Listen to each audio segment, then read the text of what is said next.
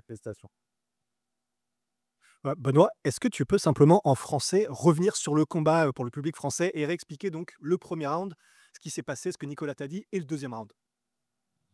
Bah, le le 1er round, j'ai appliqué le game plan à la lettre, c'est-à-dire, on savait que c'était un mec dur au mal, qui avait un bon striking.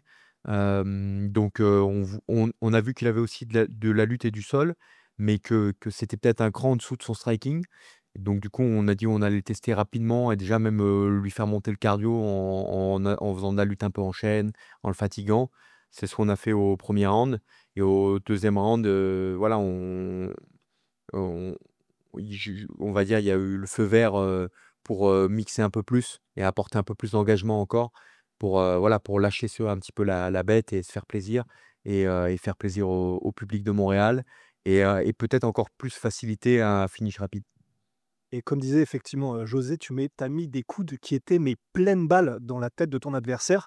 Qu'est-ce que tu penses à ce moment-là? Est-ce que tu sens que du coup, tu le sens faiblir ou qu'est-ce que tu ressens et comment ça se passe à ce moment-là?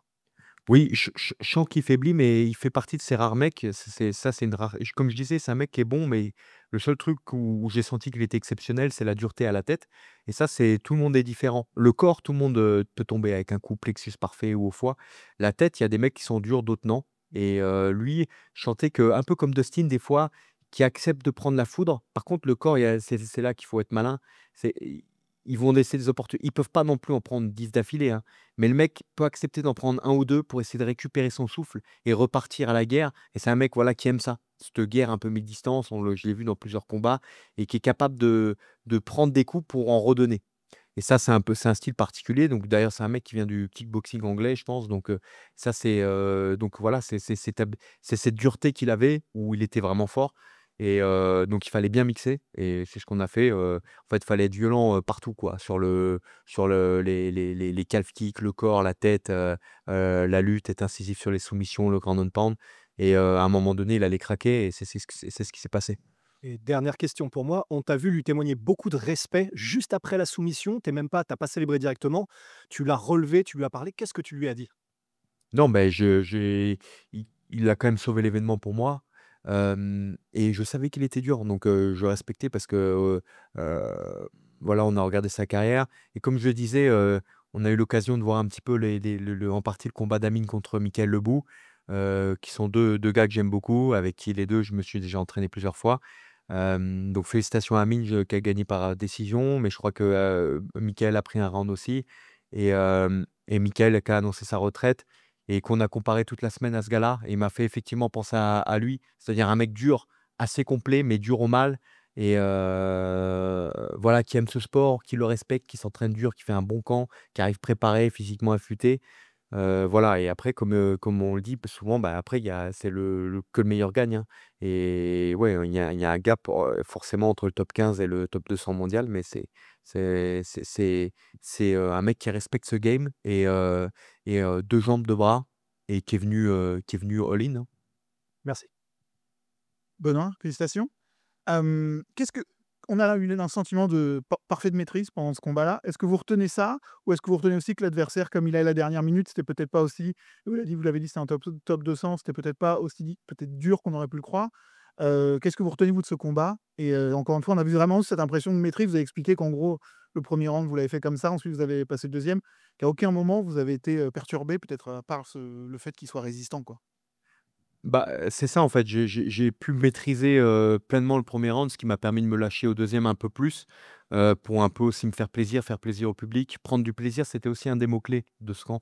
Retrouver un peu, ressortir un peu mon instinct et me faire plaisir et voilà, le gars était très dur, comme je disais, il avait la tête dure, donc il a bien encaissé en haut. Après quand j'ai commencé vraiment à mixer, ça a été dur pour lui, mais c'était, voilà, un plaisir, un honneur de pouvoir combattre à Montréal et il était prêt parce qu'il préparait un 5 rounds. Il devait combattre hier pour la ceinture contre un jeune prospect. Je crois qu'il avait déjà battu.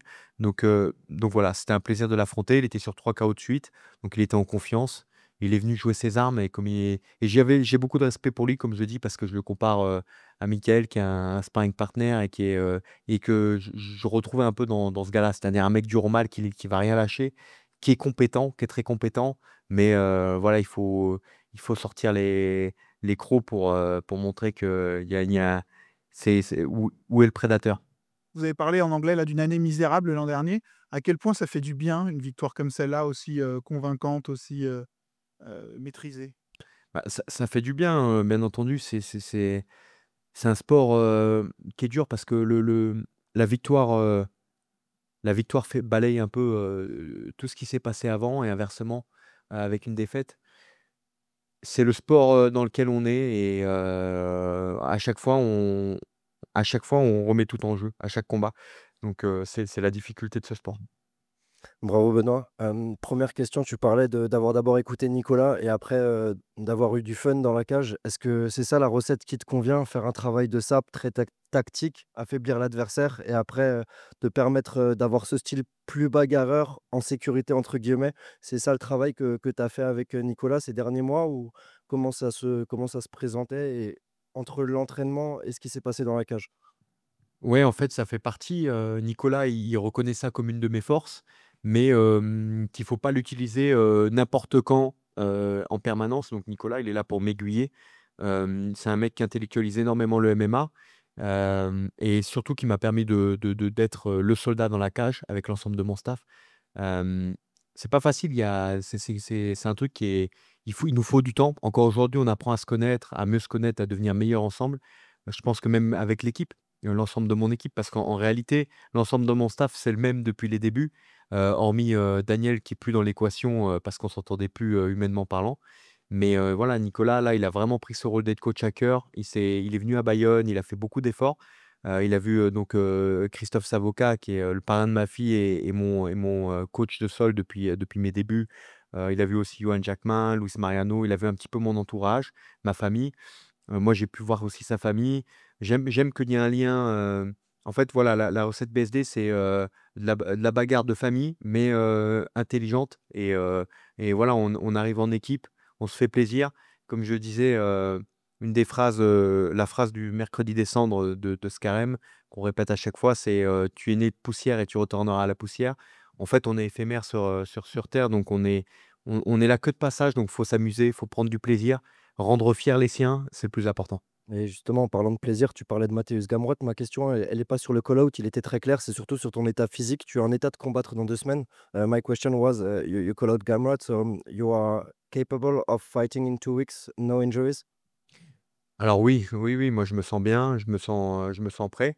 Donc je vais pas faire d'excès, hormis peut-être ce soir, on va un petit peu lâcher les chevaux, mais je pense qu'après on va être vraiment, on va quand même, attendre et écouter un peu ce qui se passe parce que ça va très vite avec l'UFC, donc on sait jamais. Mais déjà je suis très fier et honoré d'être dans cette catégorie, qui a des tueurs. En fait, le top 300-400 mondial de cette caté, c'est des gens qui sont expérimentés, qui sont solides. Vous l'avez vu, hein, là, il y a eu, des mecs du top 200, il y a eu, Amin contre Michael qui se sont battus. Là, je prends un mec du top 200, vous voyez, c'est des mecs qui sont solides, hein. Et le top 15, c'est encore un cran vraiment au-dessus, hein, de l'UFC, mais il y a ces mecs-là, ils s'entraînent, tous les jours. C'est des mecs qui sont préparés, qui sont durs.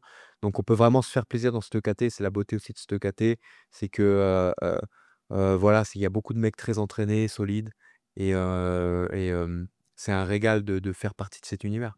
Dernière pour moi, last one for me. Par rapport à tes ambitions, est-ce que c'était le premier combat de ton nouveau title run? En tout cas, est-ce que c'est toujours ton ambition d'aller vers cette ceinture? Bien sûr, hein, ça serait mal de me connaître de se dire que l'ambition, elle a été ailleurs, en fait, moi, elle a jamais été ailleurs, hein. Contre Moïcano, je me suis juste remis en question. Je me suis dit: «Putain, là, j'ai fait le général et le soldat, c'est pas possible». Je savais pas comment aborder le combat en rentrant dans la cage. Voilà, on a corrigé ça. L'équipe a reconnu, avec moi, ce qui a pas été. Hem, je me suis rapidement orienté vers Nicolas parce que j'admirais le travail qu'il avait mis en place depuis des années et je connaissais pas le personnage. Donc au début, dans le sens où on se connaissait pas, intimement, c'est quand même un rôle très important et comme je dis, il a fait, 20 000 efforts pour qu'on apprenne à se connaître et que rapidement on remette la machine en route. Donc on avait déjà un lien ensemble via Maxime François, qui est le coach de lutte, en qui j'ai une entière confiance et donc du coup, ça a facilité aussi l'approche et voilà, donc je suis fier de lui avoir fait confiance. Il fait partie des hommes forts ce soir qui ont permis, de faire une belle prestation.